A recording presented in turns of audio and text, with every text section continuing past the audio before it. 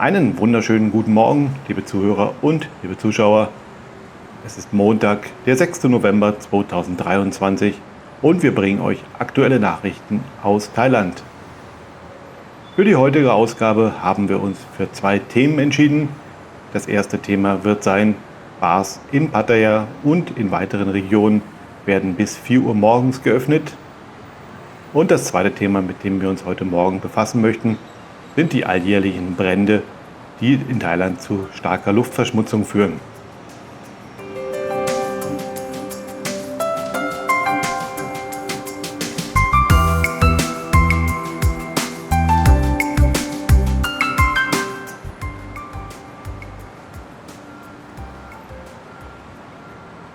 Die thailändische Regierung wird zunächst in 4 Provinzen, namentlich Chonburi, Bangkok, Chiang Mai und Phuket, den Betrieb von Bars und Nachtclubs bis 4 Uhr morgens erlauben. Das gab Premierminister Srettha bekannt. Am Freitag war Srettha mit Innenminister Anutin und den Gouverneuren der 4 genannten Provinzen zusammengetroffen, um die Verschiebung der Sperrstunde auf 4 Uhr morgens zu besprechen.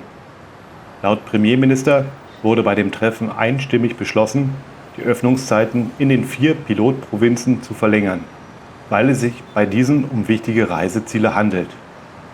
Die erweiterten Öffnungszeiten gelten ab dem 15. Dezember 2023.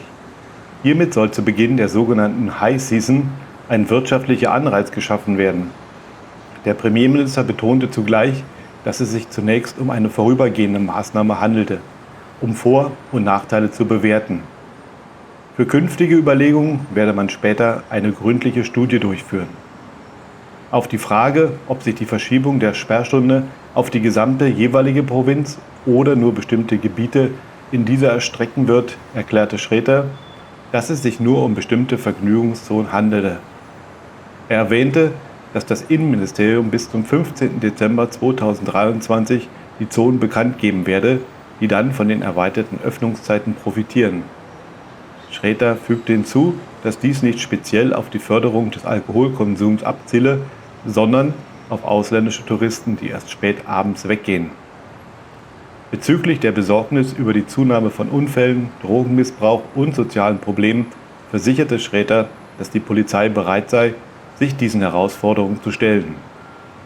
Es werden Maßnahmen wie verstärkte Videoüberwachung und Inspektion von Etablissements durchgeführt.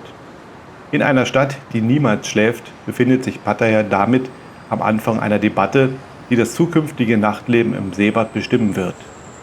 Bereits am 1. November 2023 fand zu diesem Thema eine Versammlung von Lokalbeamten, Vertretern der Strafverfolgungsbehörden und Geschäftsleuten statt. Auf dieser Sitzung wurde erörtert, welche Auswirkungen es hat, wenn in Pattaya die Sperrstunde auf 4 Uhr morgens verschoben wird. An vorderster Front dieser Überlegungen stand ein Polizeikommandeur, der eine differenzierte Sichtweise darlegte. Er zeichnete ein lebhaftes Bild des potenziellen wirtschaftlichen Aufschwungs, den eine solche Erweiterung der Öffnungszeiten mit sich bringen könnte.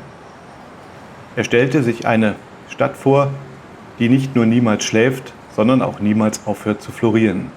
Im gleichen Augenblick scheute er jedoch nicht, die Nachteile anzusprechen, die eine Verlängerung der Öffnungszeiten haben würden.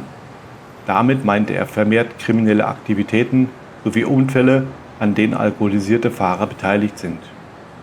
Das würde möglicherweise einen dunklen Schatten auf die Gemeinde und die Tagesgeschäfte werfen. Der Geschäftsverband Nachtleben in Thailand meinte, man sei bereit, das heikle Gleichgewicht zwischen Wohlstand und Verantwortung zu steuern. Der Diskurs ging jedoch weiter. Die Teilnehmer der Sitzung diskutierten leidenschaftlich über die Notwendigkeit einer standardisierten Servicequalität und Personalschulung in Unterhaltungslokalen. Und man erkannte, dass mit verlängerten Öffnungszeiten auch eine größere Verantwortung für ein sicheres und angenehmes Umfeld einhergeht. Ein freundlicher und professioneller Kundendienst wurde zu einem zentralen Punkt, denn der Erfolg des Nachtlebens in Pattaya wird nicht nur an den Einnahmen gemessen, sondern auch an der Qualität der angebotenen Dienstleistungen. Es wird erwartet, dass die Verschiebung der Sperrstunde auf 4 Uhr morgens ein Drahtseilakt sein wird, bei dem die greifbaren wirtschaftlichen Vorteile gegen die immateriellen Kosten für das Wohlergehen der Gemeinschaft abgewogen werden müssen. Am Samstag erklärte Innenminister Anutin auf einer Pressekonferenz, dass trotz der erweiterten Öffnungszeiten bis 4 Uhr morgens Alkohol in entsprechenden Etablissements nur bis 2 Uhr verkauft werden darf. Gäste müssen demnach die letzten 2 Stunden auf dem Trockenen sitzen. Sofort hagelte es Kritik. Barbesitzer fragten, ob es Sinn mache, ein Restaurant zu öffnen, das keine Speisen verkaufen, oder ein Kino zu betreiben, das keine Filme zeigen darf. Ob diese Ausführungen von Anutin ernst gemeint waren, wird sich noch zeigen, wird aber weiterhin für viel Gesprächsstoff sorgen, bis diese Regelung voraussichtlich am 15. Dezember 2023 in Kraft treten wird.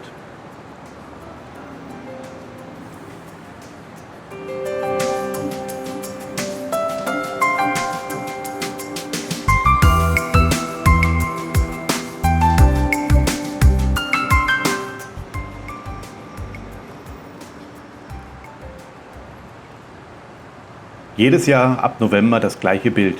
Der Himmel wird trüb, die Luft ist schlecht, Smog hängt über dem Land. Häufig wird der Autoverkehr als Ursache genannt, doch das ist nicht die ganze Wahrheit.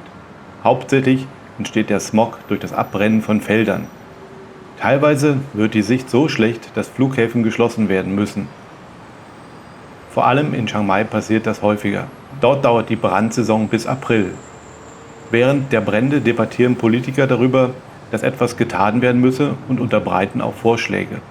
Im Mai, wenn die Felder nicht mehr brennen, ist alles vergessen und im November beginnt alles wieder von vorne. So geht das schon seit Jahrzehnten. Unter dem Smog leiden 44 Millionen der rund 66 Millionen Einwohner Thailands. Neben Bangkok und der Zentralregion sind vor allem der Osten und der Nordosten sowie der Norden Thailands betroffen. Die Frage ist, ob sich jetzt etwas ändern wird. Letzte Woche hatte die Nationale Umweltschutzbehörde eine Agenda verabschiedet, die, wenn sie umgesetzt wird, die Feinstaubbelastung auf einer grundlegenden Ebene bekämpfen könnte. Hier wird die Einrichtung von Landwirtschaftszonen vorgeschlagen, um Farmer daran zu hindern, während der Erntezeit Brände zu legen. Farmer zünden oft ihre Felder an, um landwirtschaftliche Abfälle zu beseitigen. Zuckerrohrfarmer legen Brände, damit das Zuckerrohr leicht geschnitten werden kann. Es bleibt zu hoffen, dass sowohl nationale Umweltbehörde als auch Regierung die Umsetzung der Maßnahmen eher früher als später vorantreiben werden. In der Tat fordern Verbrauchergruppen und Umweltschützer seit mehreren Jahren, dass die Regierung Mechanismen entwickelt, um die Verbrennung von Agrarprodukten zu unterbinden. Es ist nicht von der Hand zu weisen, dass Ministerien, einige lokale Wirtschaftsverbände und Farmer glauben, dass es ein Ding der Unmöglichkeit ist, das Legen von Bränden zu verbieten. Außerdem würde das die Geschäfte beeinträchtigen, weil dann nicht so schnell geerntet werden kann. Dabei gibt es viele gute Beispiele von Unternehmen und Investoren, die sich bemühen, das Problem der Luftverschmutzung zu lösen. Es genügt ein Blick auf die Nachbarländer. Um die Luftverschmutzung durch Palmölplantagen in Südostasien zu verringern, haben große Palmölexporteure wie Indonesien, Singapur und Malaysia gemeinsam ein Programm für umweltbewusste Palmwirtschaft entwickelt. Im Rahmen dieses Programms werden Investoren in börsennotierten Unternehmen verpflichtet, mit umweltfreundlichen und nachhaltigen Lieferanten Geschäfte zu machen. Die Feinstaubbelastung in der nördlichen Region Thailands entsteht durch offenes Verbrennen auf Maisfarmen. Auf Maisfarmen, die Produkte für die Agrarindustrie und Futtermittel liefern. Einer der wichtigsten Abnehmer ist einer der größten Lebensmittelkonzerne Thailands. Wenn dieser etwas unternimmt, werden alle anderen Unternehmen in diesem Wirtschaftszweig folgen. Letztlich liegt es an den zuständigen Ministerien wie dem Umwelt-, Landwirtschafts- und Wirtschaftsministerium, die von der Nationalen Umweltschutzbehörde genehmigte Lösung aufzugreifen und sie bei allen Farmern beliebt zu machen und durchzusetzen. Die Regierung muss einen klaren Zeitrahmen, Aktionspläne und Ziele festlegen, um Thailands landwirtschaftliche Produkte umweltfreundlicher zu machen. Das gilt auch für thailändische Investitionen in Agrarprodukte in Nachbarländern, weil aus diesen der Rauch brennender Felder oftmals nach Thailand weht. Liebe Zuschauer, das sollen die Nachrichten am Morgen gewesen sein. Ich hoffe, ihr habt ein paar wichtige Nachrichten sowie Hintergrundinformationen zu diesen 2 Themen erhalten. Wenn euch dieses und ähnliche Formate interessieren, abonniert gerne den Kanal, liked das Video, teilt das Video. Eure Ideen, Anregungen und Hinweise wie immer unten in die Kommentare. Dann sage ich danke für eure Zeit, danke für eure Aufmerksamkeit und tschüss, bis zum nächsten Video auf diesem Kanal.